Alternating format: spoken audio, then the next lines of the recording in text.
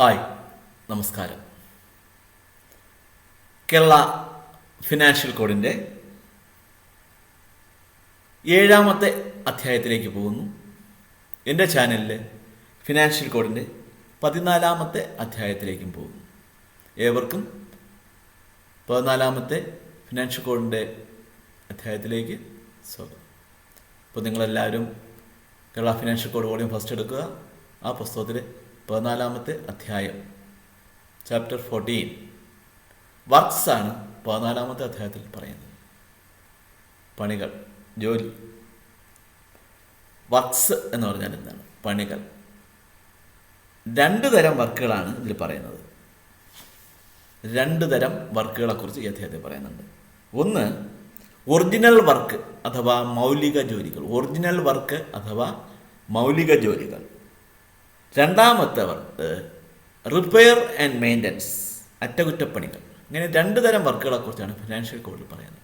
ഒന്ന് original work, മറ്റൊന്ന് അറ്റകുറ്റപ്പണികൾ അഥവാ repair and maintenance. There are 2 types of works. One is original work, the other is repair and maintenance works. അപ്പോൾ എന്താണ് original work? Original work എന്ന് പറഞ്ഞാൽ എന്താണ്? അതായത് വലിയ വലിയ കെട്ടിടങ്ങളുടെ കാലപ്പഴക്കം കൊണ്ട് അതിൻ്റെ വലിയ പണികൾ, സ്ട്രക്ചർ തന്നെ മാറ്റും. വർഷങ്ങളായി ഉള്ള കെട്ടിടങ്ങൾക്ക് തകർച്ച സംഭവിക്കുമ്പോൾ അത് സ്ട്രക്ചറെ മാറ്റും. അതുപോലുള്ള പണികൾ.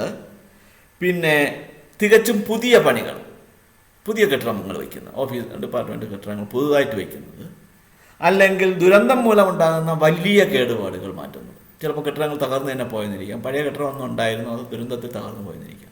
ഇങ്ങനെ ഉണ്ടാകുന്ന വലിയ വർക്കുകൾക്കാണ് ഒറിജിനൽ വർക്ക് എന്ന് പറയുന്നത്. അടുത്തൊന്ന് പറഞ്ഞത് റിപ്പയർ ആൻഡ് മെയിൻ്റനൻസ് എന്നാണ്. അതായത് അറ്റകുറ്റപ്പണികൾ. ആ റിപ്പയർ ആൻഡ് മെയിൻ്റനൻസിൽ വരുന്ന ഓഫീസുകളുടെ പെയിൻറ്റിങ്,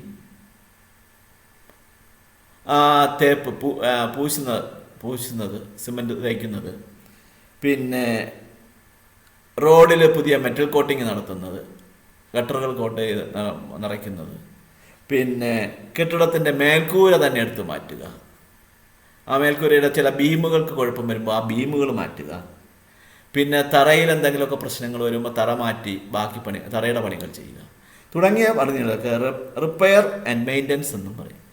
ഇങ്ങനെ 2 പ്രധാന വർക്കുകളാണ് ഫിനാൻഷ്യൽ കോഡിൽ പറയുന്നത്, ഫിനാൻഷ്യൽ കോഡിൽ വിശദീകരിക്കുന്നത്. ആർട്ടിക്കിൾ 163 163 ആർട്ടിക്കിൾ നമ്പർ 163യിലാണ് ഈ വർക്കുകളെക്കുറിച്ച് പറയുന്നത്. 163 എന്ന് പറയുന്നത് അതിൻ്റെ ഇൻട്രൊഡക്ഷൻ മാത്രമാണ്. ഇൻട്രൊഡക്ഷനാണ് ആർട്ടിക്കിൾ നമ്പർ 163.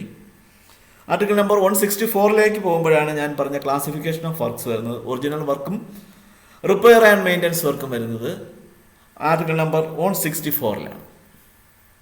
അപ്പോൾ ഈ എപ്പിസോഡ് ആദ്യമായിട്ട് കാണുന്നവർ വിചാരിക്കും, അയ്യോ സാറേ പഴയ കാര്യങ്ങളൊന്നും കാണാൻ പറ്റുന്നില്ലല്ലോ. നിങ്ങൾ ഈ ചാനൽ എന്ത് ചെയ്യുക? സബ്സ്ക്രൈബ് ചെയ്യുക. സബ്സ്ക്രൈബ് ചെയ്ത് കഴിഞ്ഞാൽ, സബ്സ്ക്രൈബ് ബട്ടൺ എന്ന് പറയുന്നത് വ്യൂ ബട്ടൺ അല്ല, സബ്സ്ക്രൈബ് എന്ന് പറയുന്നത് വലതുവശത്ത് ഒരു ചെറിയ ചുവപ്പക്ഷരത്തിൽ സബ്സ്ക്രൈബ് എന്ന് എഴുതിയിരിക്കും. ആ ബട്ടൺ അമർത്തുമ്പോൾ ഒരു ബെൽ ബട്ടൺ കാണാം. അത് ടച്ച് ചെയ്യുമ്പോൾ നിങ്ങൾക്ക് എൻ്റെ എല്ലാ ഇതിനു മുമ്പുള്ള എല്ലാ എപ്പിസോഡുകളും നിങ്ങൾക്ക് കാണാൻ സാധിക്കും. അപ്പോൾ അത് കണ്ടു കഴിഞ്ഞാൽ നിങ്ങൾക്ക് ഈ ഫിനാൻഷ്യൽ കോഡിൻ്റെ ആദ്യത്തെ ചാപ്റ്റർ മുതൽ ആർട്ടിക്കിൾ 1 മുതൽ ഇതുവരെയുള്ള എല്ലാ എപ്പിസോഡും നിങ്ങൾക്ക് തുടർച്ചയായിട്ട് കാണാൻ സാധിക്കും. നിങ്ങൾക്ക് പരീക്ഷ നല്ല രീതിയിൽ ജയിക്കാനുള്ള മാർഗ്ഗങ്ങൾ ഞാൻ ആദ്യത്തെ എപ്പിസോഡുകളെ കുറിച്ച് പറയുന്നുണ്ട്. അതുപോലെ തന്നെ അതിനു മുമ്പുള്ള എപ്പിസോഡുകളിൽ ട്രഷറി കോഡിനെ കുറിച്ചുള്ള കാര്യങ്ങളും വളരെ വിശദമായിട്ട് ഞാൻ സംസാരിക്കുന്നുണ്ട്. ഏറ്റവും കൂടുതൽ ആൾക്കാർ ഫിനാൻഷ്യൽ കോഡ് പരീക്ഷ അല്ലെങ്കിൽ ട്രഷറി കോഡ് പരീക്ഷ എങ്ങനെ എഴുതണം എന്ന് മനസ്സിലാക്കിയത് തന്നെ എൻ്റെ ആദ്യത്തെ എപ്പിസോഡുകൾ കണ്ടിട്ടാണ് എന്ന് എനിക്ക് അവർ ഫോണിൽ കൂടെയും വാട്സപ്പിൽ കൂടെയും മെയിലിൽ കൂടെയും യൂട്യൂബിൽ കൂടെയൊക്കെ ഒത്തിരി റിപ്ലൈസ് കിട്ടിയിട്ടുണ്ട്. എനിക്ക് റിപ്ലൈ തന്ന എല്ലാവർക്കും പ്രത്യേക അഭിനന്ദനങ്ങൾ, ശുഭാപ്തി വിശ്വാസം ഞാൻ അവർക്ക് കൊടുക്കുന്നു.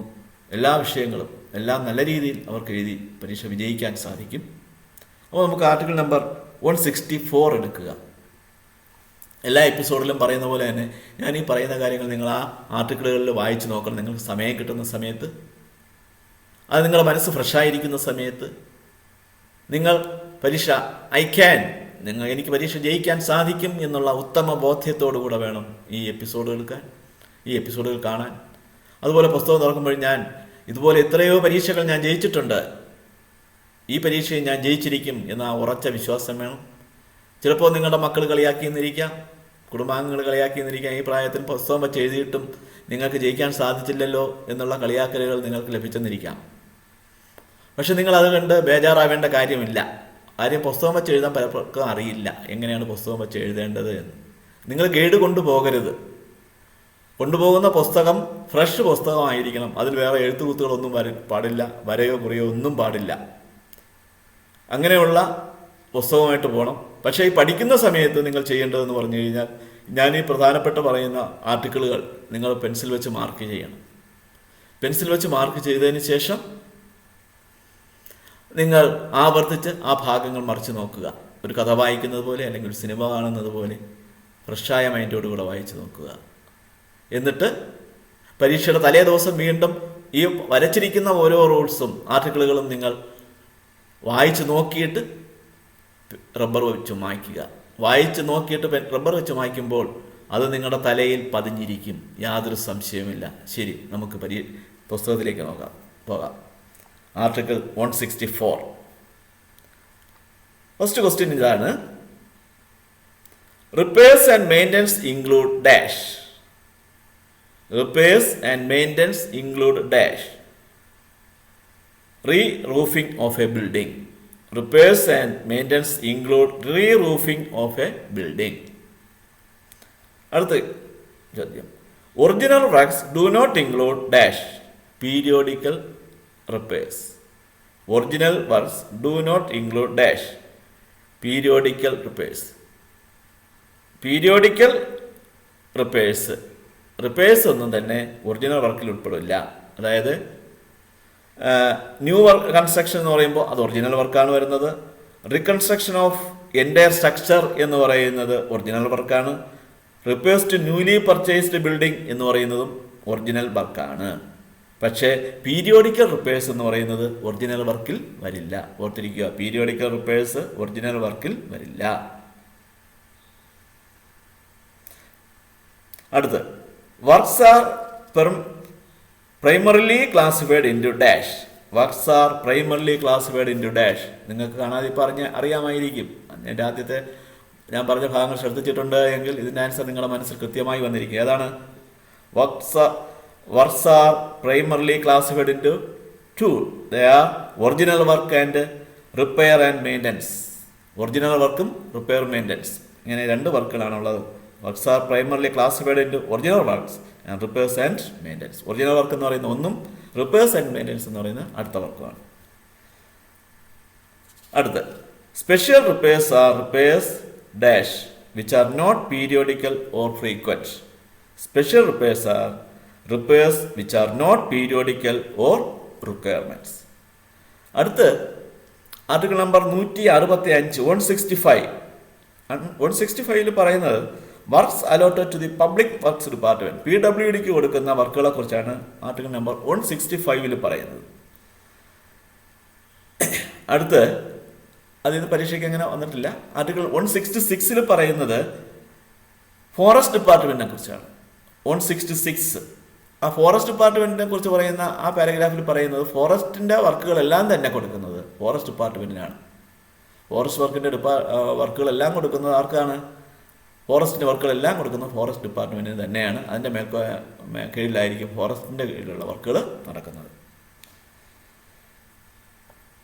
അടുത്ത് 167 ആർട്ടിക്കിൾ നമ്പർ 167 പ്രധാനപ്പെട്ട ഒരു ആർട്ടിക്കിളാണ്. അത് പറയുന്നത് works allotted to other departments. മറ്റ് ഡിപ്പാർട്ട്മെൻറ്റുകൾക്ക് കൊടുക്കുന്ന വർക്കുകളെ കുറിച്ചാണ് 167 പറയുന്നത്.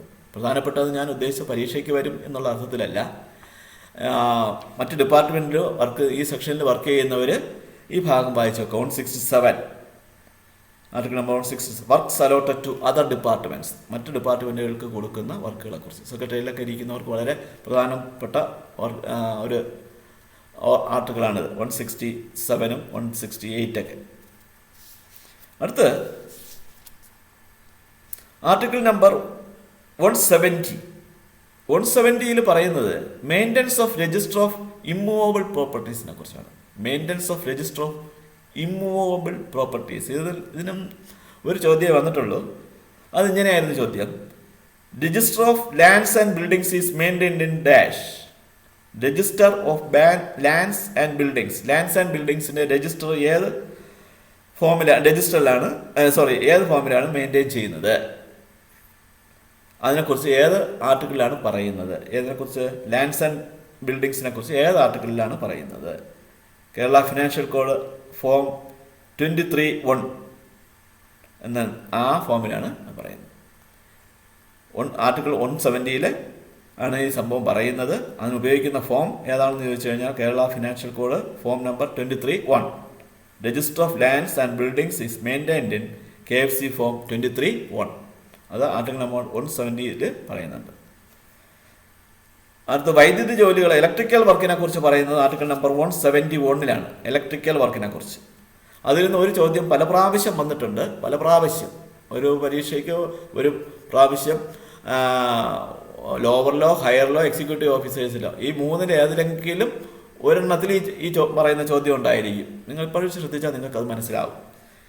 The custodian of the electrical installation of a government building or part thereof will be dash. The custodian of the electrical installation of a government building or part thereof will be dash. The head of the office occupying the building. The head of the office occupying the building is the custodian of electrical installation. Electrical installation the custodian ആരാണ്? The head of the office occupying the building. അടുത്ത് article number 177 പറയുന്നത് supplementary എസ്റ്റിമേറ്റ്സിനെ കുറിച്ചാണ്. Article number 177 പറയുന്നത് method of executing വർക്ക്സിനെ കുറിച്ച് article number 178 പറയുന്നുണ്ട്. Method of executing വർക്ക്സിനെ കുറിച്ചാണ് article number 178 പറയുന്നത്. ഒരു ചോദ്യം ഇതാണ്: the contractor agrees to execute a complete work with all its contingencies in accordance with the drawing and specification for a fixed sum. ആ കോൺട്രാക്ടിന് പറയുന്ന പേരെന്താണ്? എന്താണ് ചോദ്യം?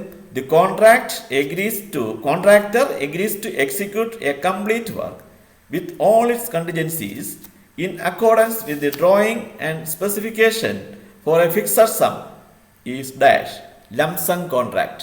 ലംസം കോൺട്രാക്ട് എന്നാണ് അതിന് പറയുന്നത്. Lump sum contract. The contractor agrees to execute a complete work with all its contingencies in accordance with the drawing and specifications for a fixed sum is known as lump sum contract. എന്താണ് lump sum contract എന്നുള്ളതാണ് ഇവിടെ പറയുന്നത്. അടുത്ത ചോദ്യം: How many methods can be adopted for the execution of works? How many methods can be adopted for the execution of works? Execution of വർക്ക്സിന് എത്ര മെത്തേഡുകളാണ് ഉപയോഗിക്കുന്നത്? 5 മെത്തേഡ്സ്. 5 മെത്തേഡുകൾ ഉപയോഗിക്കുന്നു. How many methods can be adopted for the execution of works? 5 methods. അടുത്ത ചോദ്യം: government work can be executed by which of the following methods? Government work ഏതെല്ലാം methods അനുസരിച്ച് എക്സിക്യൂട്ട് ചെയ്യാം, നടപ്പിലാക്കാം? Government work can be executed by which of the following methods? ഏതെല്ലാം method അനുസരിച്ചാണ് government വർക്കുകൾ execute ചെയ്യാൻ കഴിയുന്നത്? 3 വർക്കുകൾ അനുസരിച്ച് ചെയ്യാൻ സാധിക്കും. ഒന്ന് ഷെഡ്യൂൾഡ് കോൺട്രാക്ട്, മറ്റൊന്ന് ലംസം കോൺട്രാക്ട്, മറ്റൊന്ന് പെർസെൻറ്റേജ് റേറ്റ് കോൺട്രാക്ട്.